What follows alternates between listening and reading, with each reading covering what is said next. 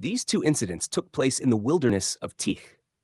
The Israelites belonged to Syria, but had gone to Egypt in the time of Sayyidina Yusuf, alayhi salam, Joseph, and settled there, while Syria itself had come under the domination of a people called the Amalika, Amaleks. When the Pharaoh had been drowned and the Israelites could live in peace, Allah commanded them to go to war against the Amalika and to free their homeland. The Israelites started on the expedition, but on approaching Syria, when they came to learn about the military strength of the foe, their courage failed them, and they refused to engage themselves in the jihad. Allah punished them for their disobedience, so that for full 40 years they kept wandering about in a wilderness and could not even go back to Egypt.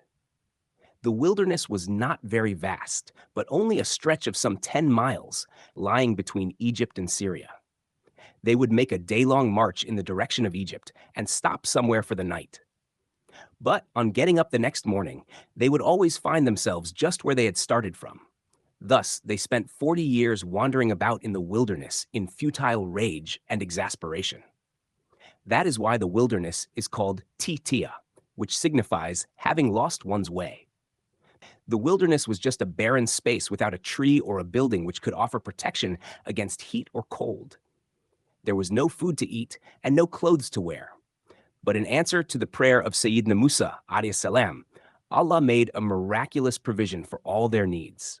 When they could not bear the scorching sun, Allah sent them the shade of a thin white cloud. When they began to starve, Allah blessed them with man, manna, and salwa. That is to say, Allah produced honeydew in abundance, which they could easily gather. Hence it has been designated as man, which signifies a gift or favor.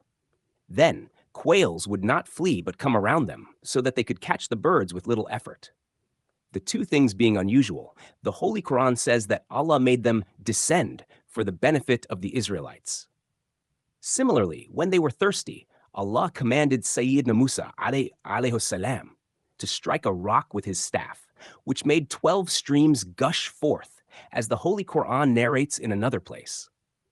When they complained of the thick darkness of the night, Allah produced for them a constant pillar of light.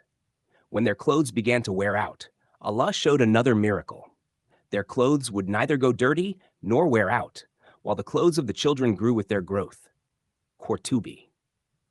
Allah had commanded the Israelites to take as much of the miraculous food as they really needed, and not to store it for future use. But when they disobeyed this commandment, the meat began to rot. This is how they harmed, not Allah, but themselves.